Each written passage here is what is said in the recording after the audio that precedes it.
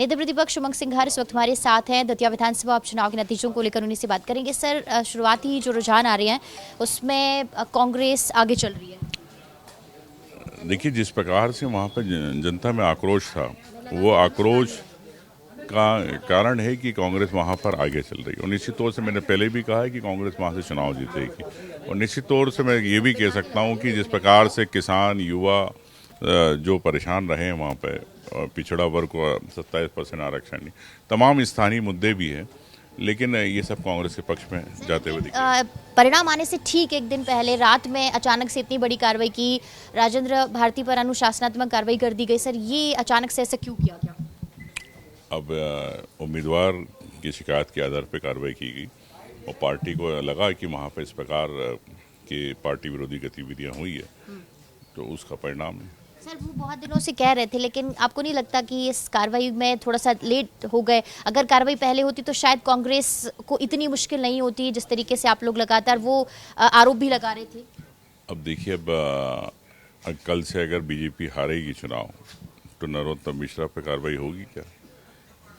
तो ये स्थिति परिस्थिति के हिसाब से निर्णय लिए जाते हैं। तो मंच पे नजर आए, प्रचार करते हुए नजर आए, लेकिन कहीं भी राजेंद्र भारती नजर नहीं आए कांग्रेस कैंडिडेट के साथ में। और सीधी सी बात, उनका जो मनमुटाव था या मनाने का प्रयास किया गया, लेकिन अब वो नहीं माने, तो मैं समझता हूँ कि ये एक दुर्भाग्य की बात है उनके लिए। तो ये जीत रही है इस बार, पक्का है? 100% चुनाव कांग्रेस पार्टी जीतेगी। और मैं समझता हूँ कि जनभावना रहेगी। अगर परिणाम विपरीत आए तो मैं ये भी कह सकता हूँ जवाबदारी के साथ कि हम बीजेपी से चुनाव नहीं लड़ रहे थे, वहाँ पे एक सरकार के तंत्र से चुनाव लड़ रहे थे। वो सरकारी तंत्र ऐसा तंत्र है जो उपचुनाव में आपने देखा है कि जो बीजेपी पीछे रहती, पार्टी पीछे रहती है, जब वहाँ पे अधिकारी चुनाव लड़ाते, तो उसका भी है। अब ये आने के बाद ही समीक्षा होगी। तो सर, आपको क्या लग रहा है कि नरोत्तम मिश्रा तो मंच पे नजर आए और अब जिस तरीके से ये चीजें हैं, तो इसका फायदा मिलेगा क्या? त्रिकोणीय मुकाबला भी है वहाँ पे, कांटे की टक्कर भी है, उससे कोई फर्क पड़ेगा क्या?